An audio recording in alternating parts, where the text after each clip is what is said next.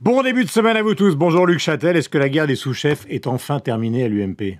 Bonjour Guillaume Durand. Je ne vous considère pas comme un sous-chef, fort. mais c'est vrai qu'on a beaucoup écrit ces dernières semaines qu'il y avait pas mal de problèmes dans ce domaine-là. Est-ce que vous pourriez nous dire ce matin si oui ou non c'est définitivement une page tournée? Écoutez, d'abord je me réjouis de la victoire hier. Mais ça on va en parler, vous inquiétez pas. Élection partielle, vous voyez, c'est ma réponse. Non, j'ai le sentiment que Nicolas Sarkozy, depuis qu'il est arrivé aux responsabilités, il a fait les gestes nécessaires pour faire en sorte de rassembler toute la famille. Voilà. C'était indispensable, parce qu'on sort de 2 années terribles. L'UMP a failli disparaître. Moi, faut pas oublier qu'au mois de juin, quand on m'a demandé d'être secrétaire général par intérim pour gérer le parti, chaque jour, on se posait la question de l'existence de l'UMP. Voilà, donc elle a failli disparaître. Je pense qu'elle est repartie sur de bons rails. Nous avons commencé le redressement financier. On a fait une élection inattaquable, incontestable. Et Nicolas Sarkozy a fait, je pense, les gestes nécessaires pour rassembler les uns. Mais est-ce qu'il les a autres. calmés? Parce qu'on lui a prêté dans la presse des propos un peu rudes, dont il a parfois le secret à l'égard de NKM, de Vauquier, de Morano, de Dati. En gros, vous m'emmerdez, calmez-vous maintenant. De temps en temps, ça fait pas de mal, à cet âge-là, d'être un peu rabroué par le chef. Mais est-ce qu'ils sont calmés? Non, ce que j'ai le sentiment qu'aujourd'hui, il y a une feuille de route et que tout le monde est organisé autour de cette feuille de route. Voilà. Chacun trouve ses marques.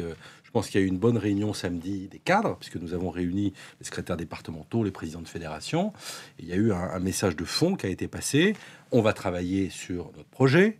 On va élargir la base de l'UMP. On va faire en sorte de gagner les élections qui se présentent à nous, c'est-à-dire les départementales. Il a annoncé 500 000. Vous avez vu que le PS a dit nous aussi 500 000. Oui, bah écoutez, ils sont à 70 000, je crois. Donc, qui commencent, on verra. Ils sont toujours dans les discours. Nous sommes dans les actes. Nous sommes effectivement à 200 000. On voit qu'il y a une progression, ce qui est plutôt encourageant depuis quelques semaines. Voilà, simplement, je pense que le parti doit s'élargir. Vous savez, la vraie question, c'est pas de réformer les statuts, savoir qui va voter aux élections départementales pour élire le secrétaire de circonscription. Excusez-moi, ça, on s'en fiche. La vraie question, c'est de savoir comment on devient un parti du 21e siècle. C'est-à-dire comment on s'adresse peut-être différemment à nos adhérents, à celui qui paye 30 €, à nos sympathisants, à nos électeurs, aux médias, au grand public, à nos donateurs. C'est ça le sujet. Comment est-ce que dans le monde, un monde aujourd'hui de zapping permanent, on est capable de capter des catégories de Français auxquelles on n'a pas accès aujourd'hui? C'est ça la question. Comment est-ce qu'on fait en sorte d'avoir un discours différencié selon les cibles, qu'on s'adapte au monde d'aujourd'hui? Question, est-ce que vous considérez, après justement cette partielle de l'Aube, qui n'est qu'une partielle, mais avec une victoire de l'UMP, qu'on s'achemine lentement mais sûrement à un affrontement présidentiel entre l'UMP et le Front National? Effectivement, ce qui est frappant dans cette législative partielle, c'est l'effondrement total de la gauche, qui non seulement n'est pas capable d'être au deuxième tour, mais qui en plus a un score qui est historiquement bas dans ce département que je connais bien, puisqu'il est dans ma région. Donc c'est ça la vraie question. Maintenant, quand vous regardez le score de l'UMP, c'est la 12e élection législative partielle que nous remportons largement. Alors c'est une circonscription historiquement de droite, en tout cas que François Baroin avait su développé et conservé à droite. Mais ce qui est frappant aujourd'hui, oui, c'est l'effondrement de la gauche. Alors si la gauche s'effondre... En matière de stratégie politique, c'est quand même très compliqué, parce que ça fait des années que vous affrontez quand même le Parti socialiste dans les grandes élections, dans les grandes consultations, sauf la fameuse présidentielle avec Jean-Marie Le Pen au deuxième tour. Là, ce qui se profile, c'est quand même assez atypique, surtout que vous avez un électorat, même si Nicolas Sarkozy a dit pas d'alliance avec le FN, qui parfois hésite entre les deux. Attendez, il ne faut pas se tromper de stratégie. Nous ne sommes pas là pour choisir nos adversaires. Nous sommes là pour défendre nos convictions. D'accord, mais enfin, affronter Hollande, Valls ou un autre, ou affronter Marine Le Pen, c'est pas tout à fait pareil quand même. Sauf que quand vous écoutez le programme de Marine Le Pen, c'est celui de Jean-Luc Mélenchon, qui, à ma connaissance, était plutôt du côté de François Hollande. Si vous voulez, aujourd'hui, quand vous écoutez le programme du Front National, c'est pas loin du programme de la CGT. Voilà. Donc, la question, c'est pas de savoir contre qui on doit être ou pas être. La question est de savoir quelles sont les valeurs, les idées, le projet qu'on doit défendre. Et on voit bien que entre un parti socialiste qui s'est effondré littéralement et une gauche au pouvoir totalement discréditée, et de l'autre un Front National dont l'arrivée au pouvoir serait une catastrophe, eh bien, il y a un espace majeur pour une UMP en reconstruction. Voilà. Donc, notre Mais avec stratégie, quelle ligne politique? Parce que c'est ça la question qui est posée par beaucoup de gens. moi, ça m'amuse beaucoup toujours de dire, bah, tiens, ça va être telle ligne, telle ligne. Attendez, la ligne politique, d'abord, on va travailler sur notre programme, notre projet. Excusez-moi, mais entre Wauquiez et NKM, je reviens à la conversation de tout à l'heure, ils n'ont pas la même ligne politique concernant le Front National. Et pas les mêmes angles d'attaque. On va avoir une méthode. C'est-à-dire que, par exemple, dès le mois de janvier, nous allons faire notre première convention. Ça va être une convention sur la méthode. C'est-à-dire se dire, bah, finalement, dans les 2 années qui viennent, comment est-ce qu'on va organiser Descartes à l'UMP. Mais oui, bah, écoutez, ça peut servir parfois de réfléchir à la façon dont on va élaborer notre projet, la façon dont on va trancher entre nous un certain nombre de débats. Et nous trancherons. Un parti moderne, c'est aussi un parti qui est pas capable. Mais par exemple, prenons un exemple concret, parce que vous savez que j'aime bien voter, de trancher. Mais Luc Châtel, prenons un exemple concret. Par exemple, Schengen, pendant la campagne, Nicolas Sarkozy a dit qu'il fallait en gros détricoter ce qui existait. Et Bruno Le Maire a dit c'est totalement illusoire, puisque de toute façon, il va falloir passer, en tout cas pour modifier Schengen, si on veut, par nos partenaires européens. Donc là, il y a quand même un problème de base, dans une confrontation avec Marine Le Pen, où vous avez 2 lignes qui n'ont pas été tranchées. Mais c'est normal que dans une famille politique qui a vocation à rassembler 51% des Français, à un moment ou à un autre, il y ait débat sur un certain nombre de sujets. C'est normal. Il faut plutôt les assumer. Donc nous aurons ce débat. Simplement, moi, je vous ferai remarquer une chose, c'est que sur les questions prioritaires pour les Français, c'est-à-dire en gros la sortie de la crise, je ne parle pas de la libéralisation du transport en autocar, moi. Moi, je vous parle de la vraie crise. C'est une non-loi, la loi Macron. J'ai envie de l'appeler la loi Micron, moi. C'est-à-dire qu'en gros, elle s'attaque à tous les sujets qui ne sont pas prioritaires. Je veux dire, c'est très sympathique de libéraliser les autocars. C'est bien d'ouvrir les magasins le dimanche. J'y suis favorable.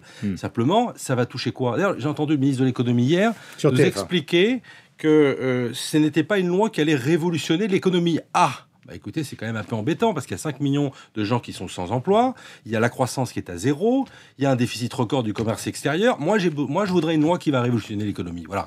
Et en fait, c'est un déni de priorité, cette loi. On ne s'attaque pas aux vrais problèmes. Les vrais problèmes, c'est quoi? C'est la compétitivité de notre pays, c'est la flexibilité du marché du travail, c'est le chômage de masse des jeunes, et on répond par la libéralisation du marché des autocars.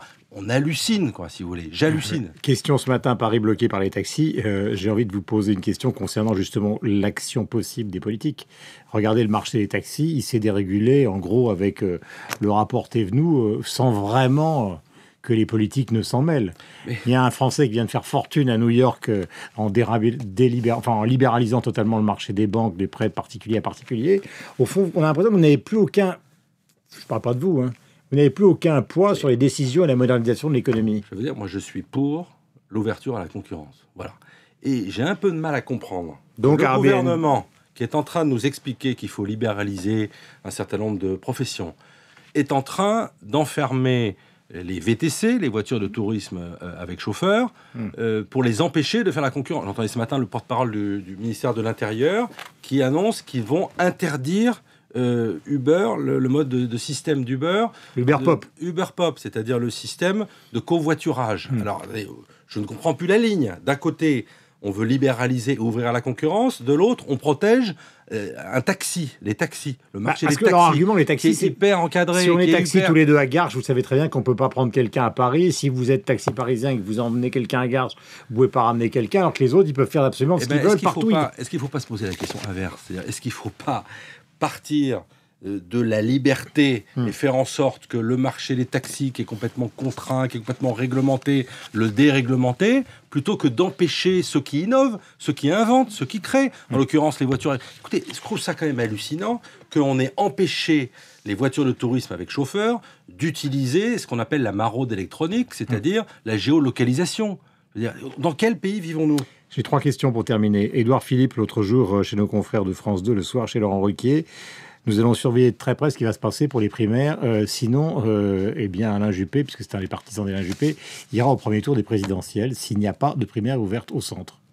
Écoutez, j'ai le sentiment, honnêtement, que ce sujet est derrière nous. C'est-à-dire que Nicolas Sarkozy... il n'avait pas l'air de lui considérer que c'était derrière lui. Écoutez, moi, j'ai le sentiment que les débats qu'on a eus ces derniers jours, et même pendant la campagne interne de l'UMP, sur l'organisation de la primaire, sont très clairs. Nicolas Sarkozy souhaite une primaire ouverte. Il a donné... Mais vous avez du mal à dire le deuxième... Ouverte au centre ou ouverte aux différentes tendances de l'UMP? Ouverte d'un côté pour ceux qui vont voter, c'est-à-dire que tous les sympathisants de droite doivent pouvoir voter, et deuxièmement, ouverte à ceux, les candidats, qui se réclament de nos valeurs. Voilà, on ne peut pas faire plus clair. Et il a donné l'organisation de la primaire, l'organisation de Thierry Solère, qui est un proche de Bruno Le Maire, qui compose une commission avec des représentants de toutes les sensibilités, y compris les représentants d'Alain Juppé. Donc je ne vois pas où est la question aujourd'hui. Question, parce qu'elle est aussi importante. Big Malion, on ne sait toujours pas, et vous avez fait un audit, puisque quand vous étiez le secrétaire général de l'UMP pendant cette période un peu particulière, on a l'impression, nous les Français, qu'on ne sait toujours pas où est passé l'argent. Moi non plus. Mais nous saurons, puisque je rappelle que l'UMP a déposé plainte et elle s'est constituée partie civile.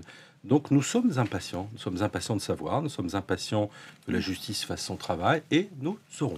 Dernière question, elle est importante aussi ce matin. Discours de François Hollande concernant l'immigration. C'est le sujet qu'on abordait tout à l'heure. Vous avez l'impression qu'il peut aborder ce sujet d'une manière novatrice pour la France ou pas? Écoutez, l'expérience parle mal pour lui, puisque on est resté sur la jurisprudence Leonarda.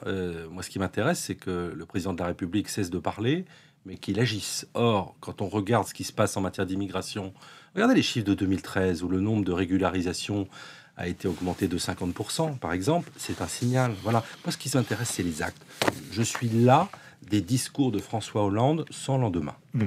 Merci beaucoup, Luc Châtel, d'être venu ce matin sur l'antenne de Radio Classique.